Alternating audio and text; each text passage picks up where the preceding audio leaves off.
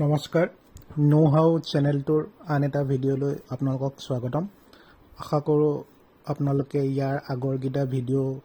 চাইছে য'ত ইতিমধ্যে আমি ফাউণ্ডেশ্যন আৰু বিম টাই বিম বা প্লিন্থ বিম কেনেকৈ বনোৱা হয় তাক দেখুৱাৰ চেষ্টা কৰিছিলোঁ এইটো ভিডিঅ'ত আমি কলমৰ কাঠৰ যোনটো ফৰ্মৱৰ্ক হয় সেইটো কেনেকৈ বনায় তাক দেখুৱাম আশা কৰোঁ আপোনালোকে ভিডিঅ'টো ভাল পাব আৰু চেনেলটো লাইক আৰু ছাবস্ক্ৰাইব কৰি দিব আহক ভিডিঅ'টো আৰম্ভ কৰোঁ এয়া আপোনালোকে স্ক্ৰীনত দেখা পাইছে কাঠৰ তক্তা জোখত কাটি লোৱা হৈছে আমাৰ কলমটো 12 ইঞ্চি বাই 12 ইঞ্চি মানে 1 ফুট বাই 1 ফুট আছিলে তাৰ কাৰণে টোটেল 4খন তক্তা লোৱা হৈছে দুখনৰ সাইজ 12 ইঞ্চি আৰু দুখনৰ 14 ইঞ্চি তক্তাকেইখনৰ পাছফালে এনেকুৱা কাঠৰ বেটন বা বৰঙা যিটো কোৱা হয় সেইবোৰ লগোৱা হৈছে গ্ৰুভ কাটি পেলাই বৰঙাটো অলপ ভালকৈ দেখুৱাম এইটো বৰঙাটো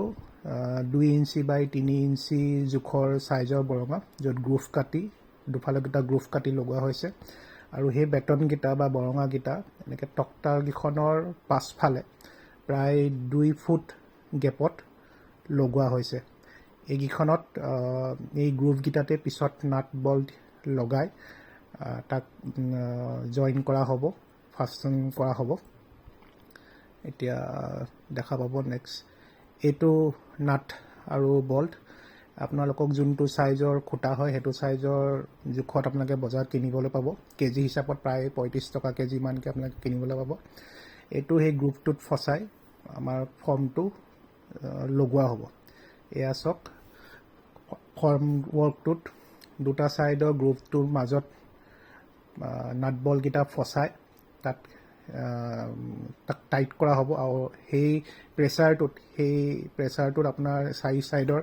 তক্তাকেইখন ইটোৰ লগত সিটো ভালকৈ লাগ খাই যাব আৰু ইয়াৰ ওপৰত আমি আমাৰ ঢালাই কাম কৰিব পাৰিম এয়া দেখা পাইছে এটা কমপ্লিট খুঁটা প্ৰায় 8 ফুট ওখ খুঁটাত চাটাৰিঙৰ কাম সম্পূৰ্ণ কৰা হ'ল এতিয়া আহোঁ আমি কিয় এনেকৈ নাট বল্ট ফাষ্টনাৰ ইউজ কৰি ফৰ্মৱৰ্কবোৰ বনাইছোঁ কাৰণ এটা ঘৰত আপোনালোকে জানেই প্ৰায় 15-20টা মান খুঁটা বা কলম হ'ব আৰু গোটেইকেইটাৰ কাৰণে একেলগে ফৰ্মৱৰ্ক বনালে যথেষ্ট পৰিমাণৰ কাঠ দৰকাৰ হ'ব কাঠ প্ৰয়োজন হ'ব আৰু গোটেইকেইটাৰ একেলগে ঢালাই কাম কৰাও নহয় সেইকাৰণে সচৰাচৰ কি কৰা হয় খুব 4 বা 5টা বা 6টা খুঁটাৰ কাৰণে ফৰ্মৱৰ্ক বনোৱা হয় কাঠেদি আৰু গজাল মাৰি পাৰ্মানেণ্টলি ফিক্স কৰি দিয়াৰ বিপৰীতে এনেকৈ নাট বল্ট লগাই ফাষ্টনাৰ লগাই পেলাই ফৰ্মৱৰ্কবোৰ বনোৱা হয় যাতে এটা খুঁটা ঢালাই হৈ যোৱাৰ পাছত আমি ফৰ্মৱৰ্কটো বহুত ইজিলি বা বহুত ভালকৈ আমি তাক খুলিব পাৰোঁ আৰু খোলাৰ সময়ত যাতে কাঠটো বেয়া নহয় আৰু খোলাৰ পাছত আমি বেলেগ এটা খুঁটা আন এটা খুঁটা বনাবৰ কাৰণে আকৌ একেখিনি কাঠকে যাতে আমি ইউজ কৰিব পাৰোঁ তাৰপিছত আমাৰ এটা ফ্ল'ৰৰ গোটেইখিনি খুঁটা ঢালাই হৈ যোৱাৰ পাছত যাতে একেখিনি কাঠেই বা ফৰ্মৱৰ্কে ইউজ কৰি আমি ওপৰতো বনাব পাৰোঁ যাতে কাঠটো ভাল হৈ থাকে তাক খোলোতে যাতে কাঠটো ফাটি নাযায় সেইকাৰণে এনেকৈ নাট বল্ট ফাষ্টনাৰ ইউজ কৰি পেলাই ফৰ্মৱৰ্কবোৰ বনোৱা হয়